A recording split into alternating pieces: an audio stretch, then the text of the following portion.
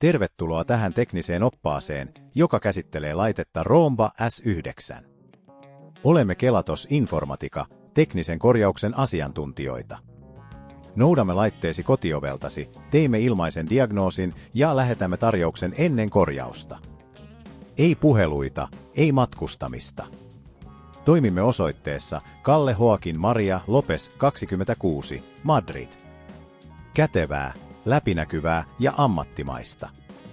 Linkki kuvauksessa. Roomba S9 käyttäjät ovat raportoineet, että laite kestää vain lyhyitä aikoja siivouksessa. Tämä voi johtua akkuongelmista tai suodattimen tukkeutumisesta. Jos ongelmaa ei korjata ajoissa, Roomba ei pysty siivoamaan kunnolla, ja se voi jopa vahingoittua pysyvästi. Tarvitset seuraavat työkalut ja materiaalit tämän korjauksen suorittamiseen: ristipääruuvimeisseli, uusi akku, uusi suodatin ja mahdollisesti imupuhdistusväline. Ensimmäiseksi avaa Roomba S9 turvallisesti.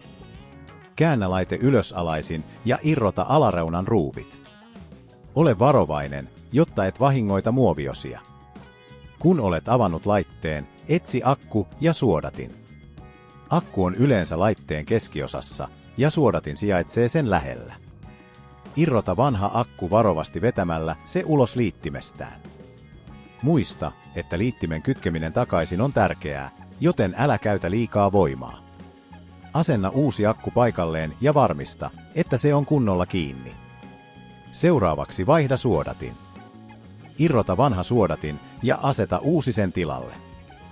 Varmista, että se on oikein päin. Kun kaikki on paikallaan, sulje laite takaisin varovasti.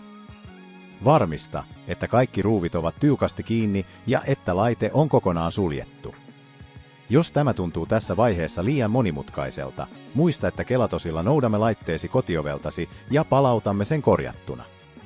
Jatkossa voi estää ongelmien toistumisen pitämällä Roomba S9 puhtaana ja vaihtamalla suodattimen säännöllisesti.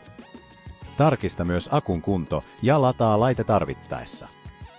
Jos et halua ottaa riskiä laitteesi vahingoittamisesta, Kelatosilla noudamme, korjaamme ja toimitamme sen kotiisi kaikkialle Suomeen. Linkki kuvauksessa.